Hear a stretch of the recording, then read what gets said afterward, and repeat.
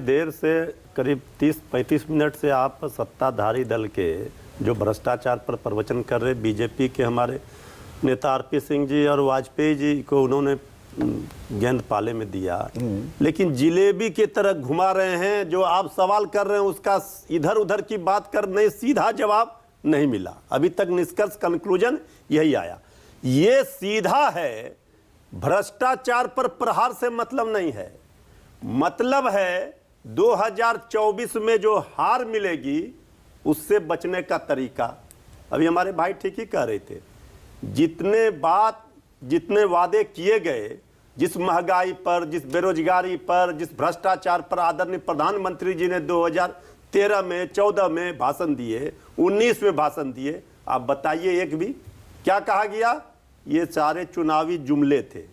अभी भ्रष्टाचार याद किसने रोका है भ्रष्टाचार पर प्रहार करने से? करे ना, फांसी पर चढ़ा दे।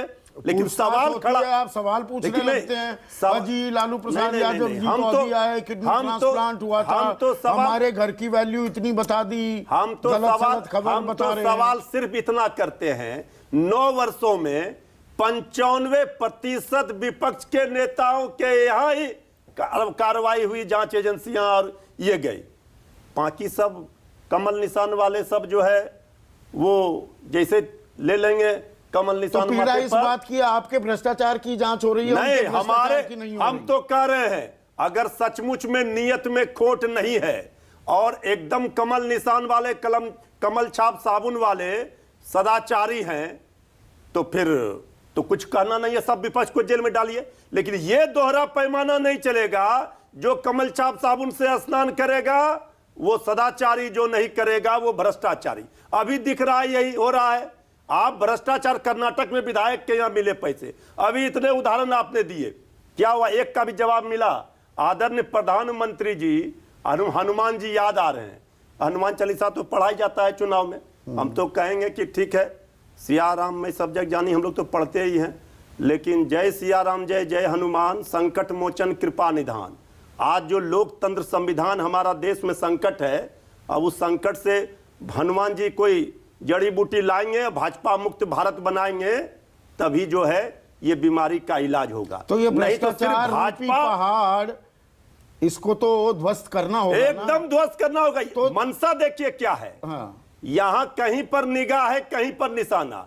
भ्रष्टाचार पर प्रवचन करेंगे, जितना सवाल भ्रष्टाचार पर किए आप, चाहे विजय माल्या हो, अदानी हो, चाहे मेहुल चौकसी हो, एक पर भी जवाब नहीं। जितने भ्रष्टाचारी चले जाते हैं भाजपा के साथ, बस वो ठीक हो गया। आपकी पीड़ा क्या ये भी है? प्रधानमंत्री कहते हैं सारे भ्रष्टाचारी मिल गए एक साथ, कार्रवाई हुई, दबाव बना, थोड़ी सा पेच टाइट किया तो आप एक साथ आ गए, वरना अलग अलग छितरा हुआ विपक्ष घूम रहा था। नहीं, हम तो कह रहे हैं कि आप फांसी के फंदे पर चढ़ाओ, हम तो और आगे बढ़ के कह रहे हैं।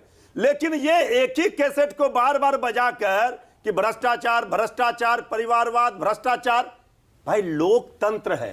लोकतंत्र में आपका परिवारवाद नहीं है, लेकिन अगर लोकतंत्र में जनता राजशाही तो है नहीं, राजतंत्र कि आपको जो नाकाम, एक परिवारवादी पार्टी तो है ना, सवाल नहीं उठता है। जो नाकाम है उसको ला करके थोप तो नहीं दिया गया। जनता चुनती है, बार बार जनता वोट देती है, परिवार के सदस्यों को खड़ा करते हैं। भाई जनता क्यों चुनती है? यही अखिलेश यादव के साथ अगर जनता चुनती है, हम तो वहां देखिए बीजेपी में जो लंबी फहरिस्त आपने सुना दिया, हम उसमें समय नहीं लेंगे। लेकिन दोहरा पैमाना जो ये है भाजपाइयों का, ये राजनीतिक लड़ाई भाजपाई नहीं लड़ पाते, तो फिर आईटी, ईडी, सीबीआई, परिवारवाद, भ्रष्टाचार, ये कैसेट कितना असली मुद्दे पर बात ही नहीं कर पा रहे। 18 करोड़ रोजगार कहां है बताएं? महंगाई क्यों है इस पर बताएं?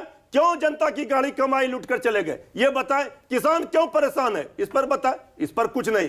जहां जहां सरकार इनको बनानी होगी, लोकतंत्र का गला घोट दिया जाएगा। रात के अंधेरे में 4 बजे सुबह जनता सोई थी देश की, अजीत पवार जी से मिलकर के सरकार महाराष्ट्र में बनाई। चक्की पीसिंग वाले अजीत पवार महाराष्ट्र में सरकार बना लिया। अब आप देखिए हर जगह इनका क्या है पैमाना भ्रष्टाचार का, जरा से देखिए। आज अगर आदरणीय लालू प्रसाद जी का परिवार बीजेपी से समझौता कर ले, हाथ मिला ले, तो देश का सबसे बड़ा हरिश्चंद्र आदरणीय लालू प्रसाद जी का परिवार। पर लालू प्रसाद यादव चारा घोटाले में जेल काट कर आए हैं ना। हम तो कह रहे हैं तो आदरणीय लालू प्रसाद जी तो सब दिन पूरा परिवार ने सभी जांच एजेंसियों का सम्मान किया, सहयोग किया, माननीय न्यायालय का सामना किया, लेकिन असली लड़ाई क्या है, असली बीमारी क्या है भाजपा, ये समझ लीजिए। असली लड़ाई, असली मुद्दों, असली